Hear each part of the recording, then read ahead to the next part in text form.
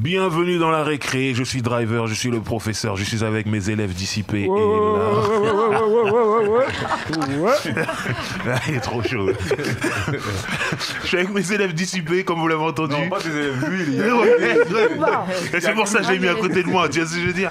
Je surveille cet élève perturbateur, mais tranquille, on est là. On a un invité aujourd'hui, on a un invité qui nous vient de l'école du 9-4. Un invité qui nous vient de l'école de la mafia Kinfri. Wahed Kleta. Ouais, je te le dis en arabe. Tu vois ce que je veux dire? C'est un Al Pacino d'un nouveau genre. Belle celle-là. Pas mal. J'aime bien, je valide. Tu vois? J'aime bien ça. Ce mec a tout connu dans le rap. Des succès, les victoires de la musique. J'ai une voiture avec une portière bloquée. Ouais. Ils ont réussi à s'en sortir. Ils sont arrivés sur scène. Je parle bien sûr de AP, du 113. Allez, comment vas-tu? Ça va et toi, frérot? On est content de te recevoir. Bonjour à tout le monde. Voilà. On va passer cette émission ensemble. Tu viens de sortir un projet. Exactement. Qui s'appelle La Laverie. Voilà. Voilà. Disponible partout en streaming. Allez-y. Faites-vous plaisir. Il y a le clip avec 13 blocs qui est déjà disponible. Il y a un clip avec Alonso aussi. Ok. Voilà. Donc, très très lourd. Faites-vous plaisir. Mais je dois continuer mon tour de table avec mon élève le plus dissipé, Booba. Grigny, les bails, les airs, Jomb, Wow, Bad Wow. Doracel. Floco. De Floco, Mogo. Mogo. Floco. Voilà. Oui, elle est bien celle-là. Tu vois. Et là, je vais vraiment dédicacer des morceaux qui m'ont interpellé. BXL Zoula. Avec Monsieur Damso et Monsieur Hamza. J'ai trouvé que c'était très très fort. Ok. Drill ça. Ok. J'ai senti un truc là. En tant qu'ancien, là, j'ai senti un truc, toi. et Marché Noir de SCH. Très chaud, ouais. T'as vu, est-ce le retour de la boom bap, comme ils disent? Il y a quelque chose qui se passe. On ne sait pas, C'est tout ce que je te l'ai dit. On continue avec Mao. Comment vas-tu? Ouais, ça va. Il y en a beaucoup qui demandaient est-ce que Booba, c'est sûr, il rappelle à l'ancienne. Juste regardez-le. Attends, je rétablis la vérité. Toi, j'ai balancé des bails. C'est des bails qui remontent à 2015. Je ne rappe plus, je ne rappe pas. C'est fini. T'as pas un petit couplet dans ton portable? Toujours. Il doit en avoir un. Il doit en avoir un. Toujours. Caché. Toujours. On continue avec Elsa. Comment vas-tu? Ça va super. Les beaux jours arrivent. Je commence à voir ton tatouage. Non, mais en fait, j'étais à La Réunion, donc pour moi, c'était l'été là-bas. D'ailleurs, dédicace à tous les Réunionnais. Voilà. Comment il est? Bah, elle est là, en forme. Elle est là, la Réunion. Elle est là même. Pas un bouchon gratiné, ou gaille saucisse. Puis ketchup piment siave. Ou gaille saucisse, si on mange porc, si on mange pas porc, ben... c'est ça, dédicace à tous les Réunionnais. Voilà. Roland Garros, l'aéroport. C'est ça. C'est le mec qui dit tout. T'as rien là-bas, mais c'est pas grave. Il donne le nom de l'aéroport, allez. Amy, comment vas-tu? Très bien. Tu reviens d'où? Moi, je reviens toujours du même endroit. Je suis toujours au même endroit, tous les jours. Voilà. Il n'y a pas de problème. La routine. On parle de Move, bien sûr. C'est ça, elle habite chez Move. Donc c'est cool, on est content de te voir aussi. Et Barberiche. Je suis content. Ouais, la prochaine émission, je vais commencer par toi. Pourquoi? Parce que je termine toujours par toi et t'arrives. Non, ça me dérange pas. Comme un chat, tout ça. Non, tranquille. Tranquille. En plus, j'ai un frère de béret aujourd'hui. Ouais. On a mis les bérets aujourd'hui. C'est ça. Ok, tout va bien. On va lancer le thème du jour. Le thème du jour, c'est comment gérer quand on passe de major et qu'on a eu du succès à indépendant. Le succès, c'est important. Parce que si tu étais en major, ça va pas marcher, tu vois, en indépendant, c'est pas la même histoire. Bien sûr, on a AP qui est avec nous, donc il y a un rapport. C'est pas pour rien qu'on parle de ça. Mais voilà, je précise bien quand on a eu du succès. Parce que quand on a du succès en major, la major prend beaucoup de choses en main. Et du jour au lendemain, tu dois te retrouver en indépendant. Qui veut se lancer en premier? Vas-y, je vais me lancer. 7-8. Parce que j'ai un peu écrit, pour une fois. Aïe, oh là là. Les anti-sèches. Non, moi je pense qu'il est très difficile de passer de major en indé. Parce que quand t'es en major, comme tu le dis si bien, on s'occupe de tout. C'est-à-dire que tu n'as pas le temps de connaître le métier, de gérer le business. Et quand tu passes en indé, tu n'as pas eu le temps de connaître le business. Ça veut dire que c'est très très dur de gérer ton business, sauf si tu réussis à t'entourer de jeunes, de mecs qui connaissent le business. Là, je pense que là, tu pourrais créer ton économie. Mais sinon, je pense que c'est très très dur parce qu'il y en a beaucoup, ils se cassent un peu la gueule. Tu vois. Ok. Moi, je pense qu'il faut trouver un bon deal, tu vois. C'est-à-dire avec son entité indépendante et les maisons de disques, tu vois, une licence améliorée ou trouver un deal de distrib intéressant, tu vois. Et je pense qu'artistiquement, c'est bien aussi, comme le fait AP, Rimka, revenir un peu avec des jeunes, quoi, tu vois, histoire de rafraîchir sa musique. Et du coup, en off, je disais à AP, t'as vu, en fait, ce que les petits font aujourd'hui, c'est la continuité de ce que vous faisiez, hein, Chacun Free, le 113 et tout ça, tu vois. Donc il y a ça, quoi. Voilà, Ouais, je suis d'accord avec toi parce que nous, on a commencé en Indé, nous, 113. Ouais. Faut pas l'oublier. C'est vrai, il faut préciser. Voilà, on a commencé en Indé avec des gens qui s'occupaient de nous. Il s'en rappelle, Ariana. Très bien. Voilà, qui s'occupaient de nous, qui s'occupaient aussi d'Idéalgie. Donc, et après, on a eu la chance de signer, mais c'était une coprod, je crois, une distrib avec Sony. Parce que c'était Double H et Ariana qui faisaient justement une coprod. Ouais. Et voilà, on a signé chez Sony. Et après, un mois plus tard, on était signé en artiste, quoi. Ok. Voilà, c'est comme ça que ça s'est passé. Ok, donc entre le deal avec Double H et Ariana, où vous, en vérité, vous étiez signé chez ces deux labels-là, voilà. Et ces deux labels-là ont fait le deal avec Sony. Exactement. C'est-à-dire que Double H, ils avaient déjà un deal à l'époque. Cut, il avait déjà un deal où il sortait ses compilations et tout ça. Et la petite histoire aussi, c'était que on avait été, pas nous, mais les gens qui s'occupaient de nous à l'Ariana et tout ça. Ils avaient fait le tour des maisons de disques et tout le monde avait refusé Prince de la Ville, comme il était, ça. C'est ouf. On tient à le préciser quand même. Maintenant, on peut le dire. On peut le dire. Ouais, voilà. Donc, c'est-à-dire qu'il y avait Tonton du Bled, il y avait Hold Up, il y avait... Tout ce qu'on a connu là était dedans. Le projet, voilà. Donc, on a été chez, on va pas dire chez les concurrents. On a été chez les concurrents et voilà. Parce qu'à l'époque, on avait une mauvaise image aussi. Donc 113, Mafia qu'un Free, tu vois, on peut se le dire. Les gens, ils avaient peur. Mais nous, en studio, voilà, on était des... Comme monsieur. On était au fond de la classe. Comme tu disais. Perturber un peu le rap game. Quand on nous voyait arriver, des gens, tu vois. Comme tu disais, je suis pas là pour faire le zoulou. Ouais, exactement. Mais voilà, donc on faisait peur un peu. Donc c'était compliqué de trouver un deal pour nous.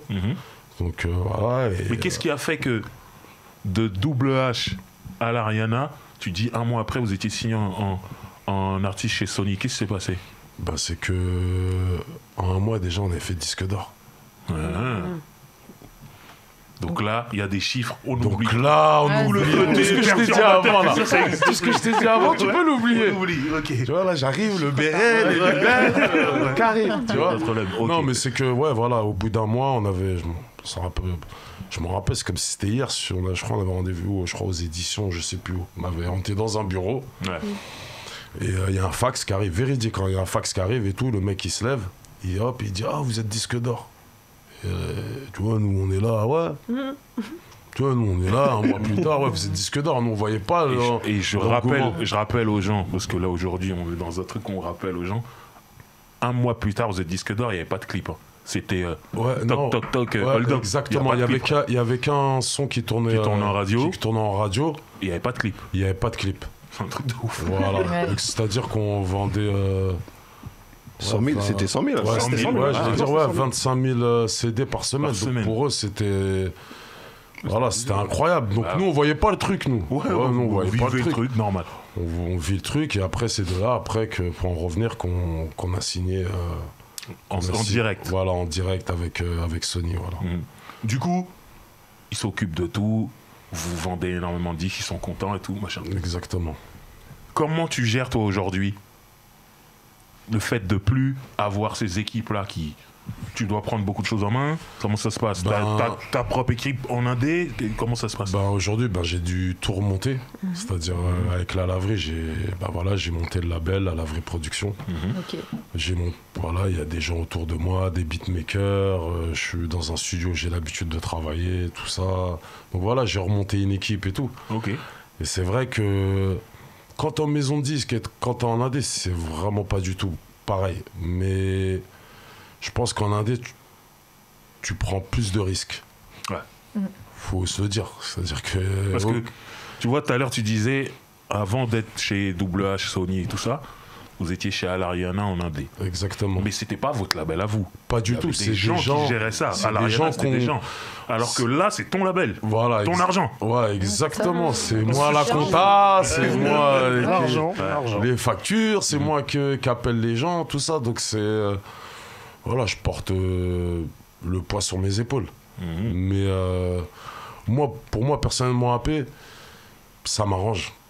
Parce que l'expérience avec les maisons de disques, je ne vais pas regretter. Ça apporte, parce que tout à l'heure, c'est comme ça que tu as commencé. Ce que peut apporter les maisons de disques quand tu signes. Donc, c'est vrai que nous, à notre époque, ça nous a apporté beaucoup. Ouais. Parce qu'aujourd'hui, c'est l'ère du stream, tout le monde est sur son portable. Ouais. On n'a plus besoin de se déplacer en magasin pour acheter un CD. Tu vois pas, l'info, elle arrive en direct. Ah. Tout a changé, tu vois pas. Et moi, ça m'arrange parce que voilà, je suis quelqu'un de discret. Et puis, des fois, tu es en maison de disque, tu te retrouves sur une table où il y a des gens autour. Et des fois, tu as un truc dans la tête, mais comme c'est eux qui misent, bah, tu peux des fois te remettre en question, alors qu'au final, le premier truc qui vient dans ta tête, normalement, c'est comme ça dans la vie. On te demande oui ou non, tu dis, tu réfléchis pas, tu vois. C'est oui ou non, tu vois ou pas. Et des fois, tu peux te retrouver avec des gens où c'est compliqué de débattre, parce que plus souvent, c'est pas des gens qui connaissent notre musique. C'est ça. On peut se le dire, tu vois. Comme ils mettent l'argent, ils disaient c'est comme ça. Et... Tu vois, on a déjà eu des différends, nous, 113, avec à l'époque, quand on était signé, où des fois, voilà, fallait prendre une décision, et puis ça pouvait prendre des jours et des jours. De toute façon, tu sais, t'as un rendez-vous, on parle, on discute, tu reviens, hop, on s'est pas mis d'accord, et ça rediscute. Voilà, on a perdu 2 semaines. Ouais. Alors que là, quand t'es en Indé, il faut y aller, quoi. C'est clair. Aucune pression. Quelqu'un ? Ouais, bah, moi, je veux bien y aller. En fait, pour moi, c'est ça, c'est exactement ce que tu dis, c'est une différence. Pour moi, c'est complètement une approche différente de la musique. Et je trouve que c'est assez intéressant parce que ça rejoint un peu le débat aussi de comment vieillir dans le rap. Parce que j'ai l'impression que les artistes qui ont une expérience en major, en label, en label major, et ensuite qui décident de se lancer, soit de créer leur propre label, soit de signer avec des labels indépendants, donc c'est des gens qui ont une expérience donc dans des labels majors, qui vieillissent aussi, qui ont un amour pour la musique continue et qui ont un peu envie de retourner en fait à cette forme de musique. Et ce qu'on voit souvent, c'est que ces artistes plus âgés vont faire plus d'expérience en fait. Enfin, je pense aux États-Unis, il y a eu beaucoup de rappeurs qui se sont mis à tourner avec des groupes de jazz, à faire des albums complètement éclectiques, à faire des choses beaucoup plus délirantes, beaucoup plus originales. Voilà. En major, voilà. Et pour moi, ça demande vraiment de se poser la question en fait, pourquoi je fais de la musique, pourquoi j'aime ça. Et pour moi, c'est un retour vachement sain en fait, à son, comme on dit en anglais, son craft, à sa créativité, à son originalité, à sa passion première. Et moi, à chaque fois que je vois un artiste qui arrive en indépendant, je suis super contente parce que je trouve que c'est hyper intéressant. Qu'est-ce qui va se passer en fait, qu'est-ce qui va nous sortir, tu vois. Du coup, ta musique, elle change entre les deux formules, c'est-à-dire formule majeure ou formule indé. Elle change, oui, parce que j'ai pas de pression. Ok. Tu vois, ce projet, je l'ai sorti, il n'y a pas... Je suis pas en train de te dire, il faut une chanson pour la radio. Il faut un single, radio. Non, pas du tout. Je fais ce projet-là parce qu'il y avait une attente autour de AP. Et voilà, là, t'es en indé... vas-y, on y va. C'est ce qui sort du cœur. Il n'y a rien qui est calculé, tu vois. Ouais. Alors qu'on peut se le dire, quand t'es en maison de disque, vas-y, ramène-le, celui-là qui va me dire non. C'est que t'es obligé de faire des singles, sinon ils vont rien faire. T'es une machine à produire. Tu vois, sinon ils vont rien faire. Ils misent des sous, ils mettent des sous sur la table. Et au final, il faut le défendre, le produit. Et eux, la seule façon de le défendre, quand t'es en major, signé en artiste, c'est d'aller en radio et dire tiens, tu peux passer celui-là et c'est bon, non c'est pas bon, on repart en studio, on va refaire un autre. C'est ça. Moi je pense que déjà quand on passe de major à l'indé, on enlève ses chaînes déjà. Non, déjà, on enlève ces chaînes. Non, mais sérieux, parce que moi, pour moi, l'industrie, c'est une plantation pour moi. Pour moi, hein. Parce qu'avec l'expérience, avec les discussions que j'ai eues avec des gens, pour moi, c'est une plantation. Tu le disais, tu viens de le dire, c'est-à-dire que eux, ils veulent que tu fasses que des singles, parce qu'à un moment donné, c'est l'oseille. Eux, ils pensent qu'à l'oseille. Nous, on pense à l'amour du truc et l'oseille aussi, mais eux, c'est que l'oseille. Donc c'est pour ça que je dis que t'enlèves tes chaînes. Après, il y en a qui vont parce que ça leur correspond tout simplement. On va pas jeter la pierre à ceux qui y vont, parce qu'en plus vous, quand vous y étiez jeune. Donc aujourd'hui, on vous propose un billet, un truc, tu vas pas dire non. Ouais, donc, tu prends. Et c'est que nous aussi, excuse-moi de te couper, c'est que nous aussi que nous, on n'a jamais été dans ce calcul. C'est-à-dire que même ce truc-là, on est arrivé, on est signé en artiste et tout, on voyait pas l'importance de tout ça. Tu vois pas, bon, vas-y, il y a un truc à faire, vas-y, on le fait. Tu vois, nous, par exemple, ni barreau, ni barrière, ni frontière, on l'a enregistré en 15 jours. C'était des séances de nuit. Ouais. Tu vois, alors, les gens qui s'occupaient de nous, ils ont dit, ouais, voilà, il y a un truc à faire, il y a un projet, mais bon, on va vous prendre 15 jours de séance, parce que ça sera que de nuit. Nous, on était à la cité, sur le terrain, on allait le soir, et voilà, on a fait un album en 15 jours. Après, boum, on voit qu'on vend plus de 30 000 CD en indé, mais nous, on voit pas encore. Hein. Tu vois, on voit pas, il y avait des trucs de fou qui passaient à la radio, alors que vous étiez en indé. Sur Sky. Mais en plus, je crois que c'était en 90, je crois que c'était à l'époque de la Coupe du Monde, je crois, C'était juste avant, tu vois pas. Donc, il y avait tout ce truc-là. Et après, voilà, on s'est retrouvés en maison de disques. Mais moi, je dis que aujourd'hui, c'est plus facile de faire de la musique parce qu'aujourd'hui, il y a les réseaux. Maintenant, les réseaux, comme je dis aux gens, c'est pas pour draguer, c'est pas pour aller faire des trucs, c'est pas pour faire des trucs de cons, là. T'as vu, aujourd'hui... que sur les réseaux. Hein. Tu vois, aujourd'hui, j'ai... Même moi, je me sers des réseaux, mais pas à fond, tu vois. Pas. Ouais. Mais aujourd'hui, que ça soit Instagram, Snapchat... ou même Twitter, c'est pour bosser, c'est un outil de travail. Pour moi, c'est un outil de travail. Quand tu es dans la musique, même que tu sois dans la musique ou dans la restauration, ou je sais pas, tu es un peintre, tu as des tableaux à vendre et tout. Alors qu'avant, nous, il fallait qu'on se déplace, que les gens fassent du porte-à-porte. Fallait laisser ton CD et que cette personne-là, elle prenne le CD alors qu'il y en a 200 sur la table. Qu'elle mette dans tu vois, qu'elle le mette, qu'elle écoute et qu'elle soit. Mais non, maintenant ça a changé. Aujourd'hui, on parle que chiffres. Tu vois, même les petits jeunes, c'est que chiffres. C'est ton clip, t'as sorti un clip, papé, il est à combien? On est là-dedans aujourd'hui. C'est vrai. C'est ça. Hein. Tu vois, aujourd'hui, c'est chiffres, quoi. C'est que les chiffres. Donc voilà, on perd un peu aussi on oublie aussi le côté créatif et artistique de l'artiste. Et on se base plus sur ces chiffres. C'est bien pour certaines personnes, mais ça pénalise d'autres personnes. C'est clair. Ils gardent leur chaîne. Mais pour moi, dans ce que tu dis, il y a aussi ce rapport au public, justement. Et j'ai l'impression que le public, il est formaté pour consommer du label, du major, je sais pas comment on dit, du pas indépendant. Et que du coup, quand tu arrives en indépendant, il y a aussi tout ce travail à faire. Je pense qu'il faut recréer une sorte de connexion avec tes fans et que réhabituer aussi les fans et la fanbase et les auditeurs à aller vers de l'indépendant, à peut-être plus débourser aussi, parce que en fait, les chiffres montrent que les artistes indépendants, malgré tout, gagnent moins que les artistes signés en major, même si du coup la major aussi se met plus d'argent dans les poches, mais le ruissellement en fait est plus grand pour les artistes. Donc il y a aussi toute cette relation à l'auditeur qui est à recréer, j'ai l'impression aussi en indépendant. Ouais, parce que je pense que ils sont formatés les gens. Oui, voilà, c'est ça. Aujourd'hui, tu vois, aujourd'hui. Les déformater avec toi-même. C'est compliqué parce que, comme je dis, c'est compliqué. Il y a un travail à faire. Tu vois, je pense qu'il y a un travail à faire, mais c'est que aujourd'hui, voilà, les gens ils se basent sur 2-3 grosses radios. Ils vont sur YouTube et ils regardent la page tendance. Si t'es pas dessus, ils vont pas voir ce qui se passe derrière. Top Spotify, tu sais, aujourd'hui c'est que chiffres. C'est dans le top 10. En fait, on doit se ouais, voilà, c'est à nous artistes aussi d'habituer les gens qui t'écoutent à justement aller aussi te faire de la recherche. C'est de la recherche aussi la musique. C'est pas que t'es là, tu consommes, c'est ça, vas-y, j'écoute ça.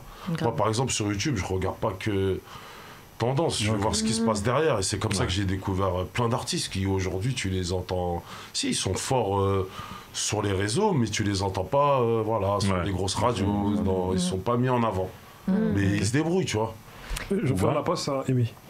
Ouais, non, du coup, justement, en sortant de Major, est-ce que toi, tu as ressenti un bénéfice pour pouvoir être plus directement en contact, tu vois, dans ta création forcément, mais même directement avec les gens qui t'écoutaient avant? Est-ce que le fait d'enlever cet intermédiaire, au-delà du fait que tu sois limité dans tes choix artistiques, est-ce que tu sens que tu as un impact plus direct avec tes auditeurs? Bah ouais, tu as tout à fait raison. C'est que... Parce que quand tu es signé en artiste, il y a trop ce rapport artiste-maison de disque. Où, c'est comme si tu as des choses à leur prouver, tu vois, ou pas. Tu oublies le public. Alors que c'est eux, justement, qui te mettent, qui vont te pousser. Alors que toi, tu es là, ouais, il faut que je fasse des singles et tout. Attends, il faut que je leur ramène un truc carré pour qu'ils aillent à... Voilà, tu dois convaincre ta maison de disque. Voilà.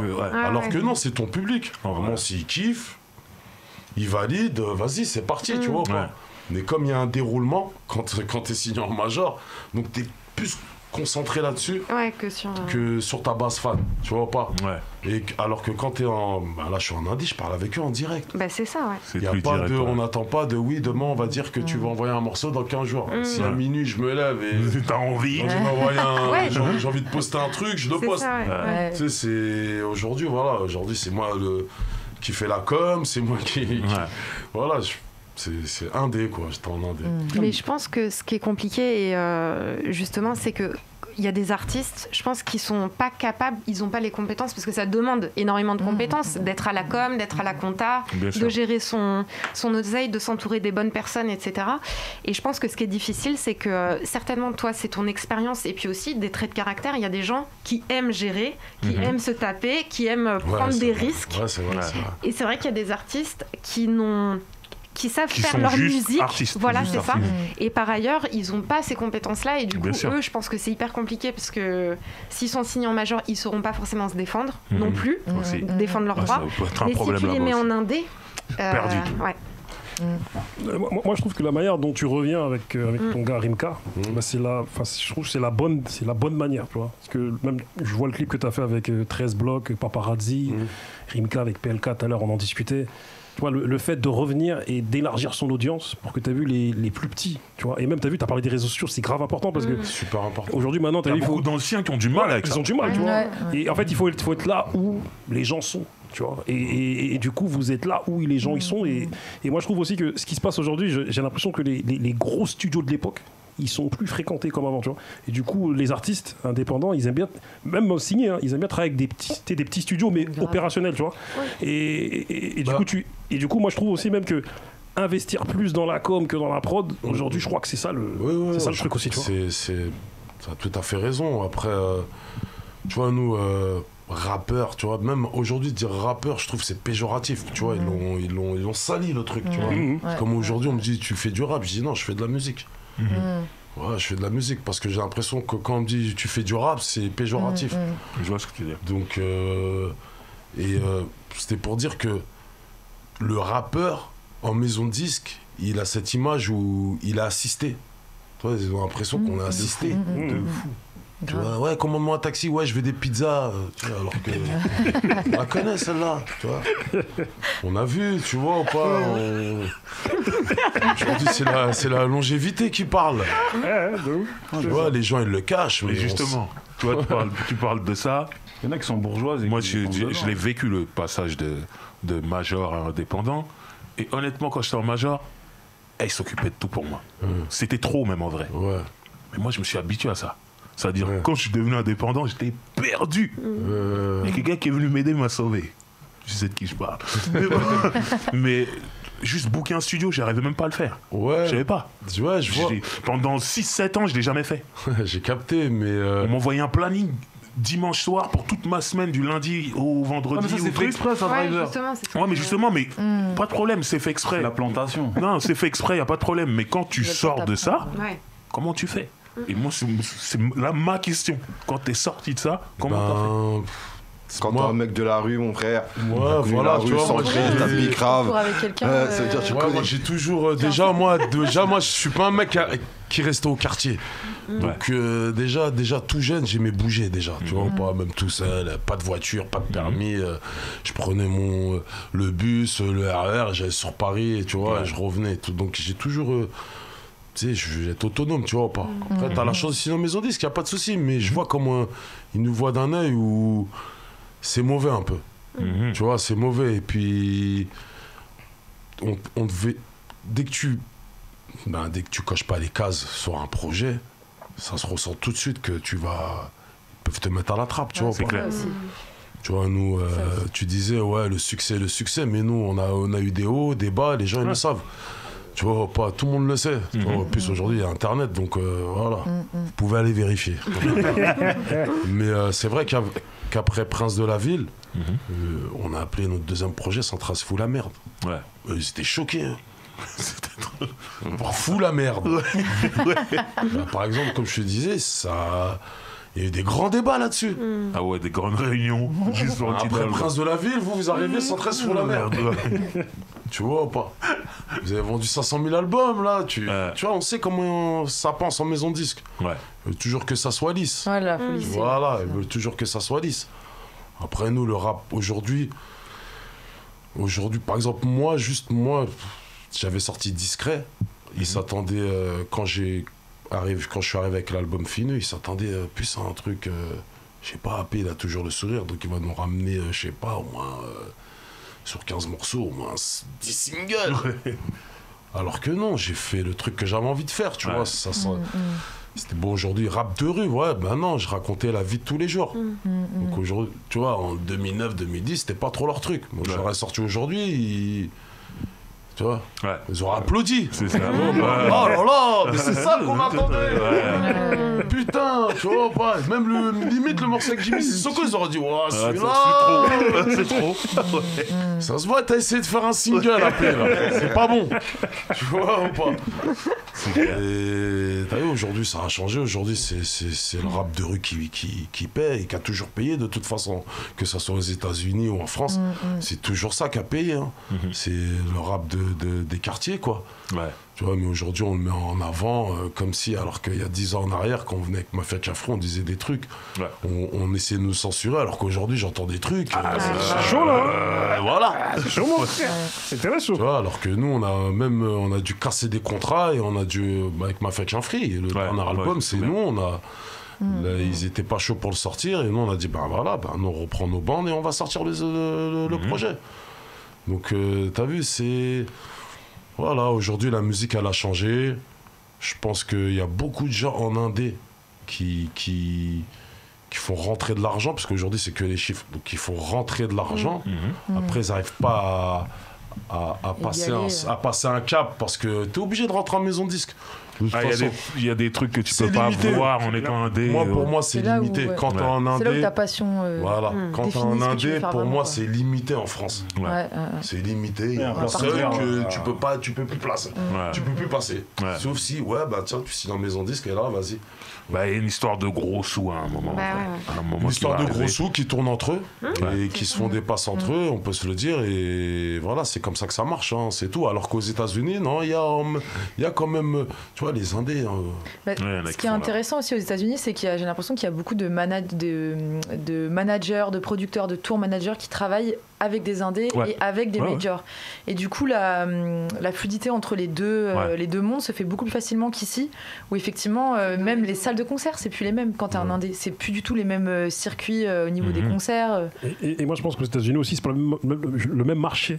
T'as vu 300 millions de personnes, même des mecs comme Avo qui va te sortir un album, il le sort juste dans son quartier ou à New York. C'est mon frère. Tu vois, tu pourrais penser à un modèle en France où même à l'échelle d'un quartier, tout le monde met, je sais pas, une somme et tu régénères un revenu, tu crées. Tu vois, je pense que tu pourrais penser à un modèle comme ça pour la France, mais aujourd'hui, on a formaté les gens. C'est-à-dire qu'aujourd'hui, les gens, ils veulent être en maison de disque. Parce que comme ils disaient, va me chercher les pizzas, envoie-moi à Dubaï, tout ça. C'est ça qu'ils veulent. Mais c'est ça qu'ils veulent les gens. Et c'est ça qu'ils ai saigné aussi. Les tours du périph'. J'avais le code et tout, t'inquiète.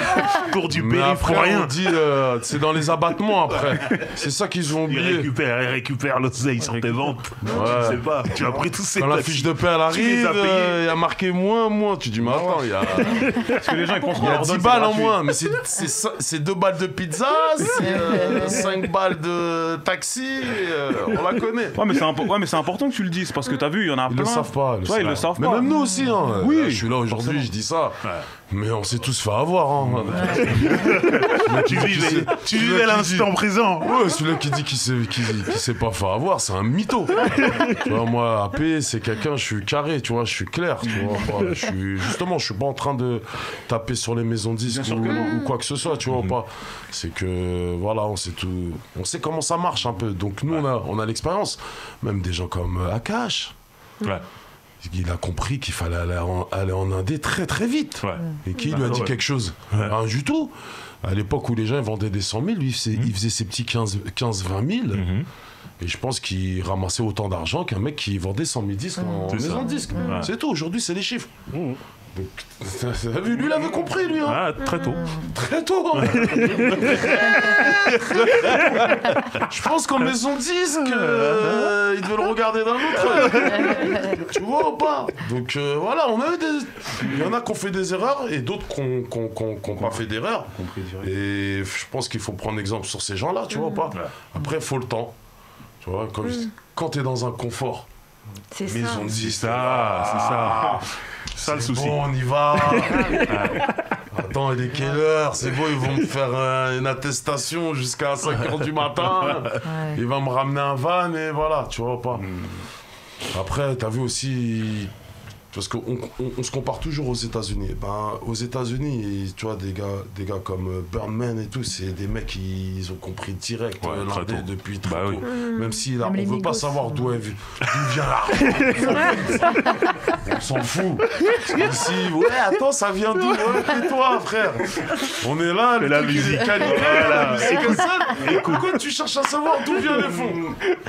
Ici, il y a ce problème-là aussi. Tu vois pas? Donc... voilà, regarde, des gens comme Birdman, voilà, ils ont mis des gens le comme grand Lil du Wayne. quartier. C'est un truc de ouf. Ils ont mis des gens comme Lil Wayne ou d'autres Drake, Nicki Minaj, tout ça, c'est lui, tu vois. Donc ça, pour moi, de ma génération, c'est des exemples, ça. Bien sûr. Tu vois, c'est des gens où, voilà, je me dis, regarde, voilà, après, c'est à toi. Hein. Nous, on est des chercheurs de talent aussi, après. Tu vois, on est des chercheurs de talent. Donc, Lavry, il y a une suite. Il y aura des artistes. C'est volumineux, du coup. Ouais, nous, comme je dis, on est concentré sur la musique. Et on aussi, la Lavry, j'ai envie de faire aussi une série que j'ai écrite avec un gars à moi, là, qui est là, derrière. On veut faire des petits épisodes de 15 minutes, parce que justement, quand on dit Lavry, voilà, ça peut... voilà, la laverie, en bois du quartier. La laverie, point de vente, point de deal. La laverie aussi, lieu de rencontre. Tu vois ou pas? Où il peut avoir toutes les générations. Tu vois, plusieurs origines et tout. Donc voilà, donc justement, j'ai envie d'essayer de faire passer des messages autour de ça, du concept La Laverie. Parce que voilà, t'as vu, nous, 113, c'est aussi un rap à message, nous. Mais le deal, c'est une rencontre, hein, t'as vu? On peut voir ça comme ça. Les gens se rencontrent. C'est ce que je disais. Parce que moi, dès qu'on m'a dit, la laverie, ils ont fait aussi référence au projet de Dre à l'époque. Tu vois ou pas? Ouais. Et donc j'ai dit non, le nom, il est arrivé comme ça. Parce que nous, tu vois, on est toujours aussi à la recherche de nouveaux mots, l'argot, tu vois. Et puis, je vois maintenant, aujourd'hui, je vois sur des tweets, on l'a lavé et tout. Ouais. Alors que je vais pas te mentir, il y a même 4 ans en arrière, nous, on disait ça au studio. Et un inconnu, il rentre dans le studio, ouais, tu l'as lavé. Ils auraient dit, ouais, c'est des fous, ils ont bugué. Mais ça voulait dire quoi, laver, à ce moment-là, pour vous? Moi, aujourd'hui, la laverie, je vais te laver, ça a plusieurs sens. Ouais, moi j'habite qu'on disait, selon le contexte. Quand on disait il a lavé, c'est coup d'extincteur. Ouais, il a lavé. C'était ça. Ouais. Exactement. C'était ça, mais voilà, le couplet, ouais, tu l'as lavé, c'est-à-dire, ouais, t'as fait un bon truc aussi. Donc ça a plusieurs sens. Okay. Ouais. Tu vois, ça a plusieurs sens. Donc c'est pour ça que ce concept de série là, que j'ai envie de... Ah, vous n'avez pas commencé encore? on a écrit déjà le premier épisode, mais on n'a pas tourné encore. Okay. Mais voilà, c'est des messages que j'ai envie de faire passer à travers ça. Des artistes signés, prévus?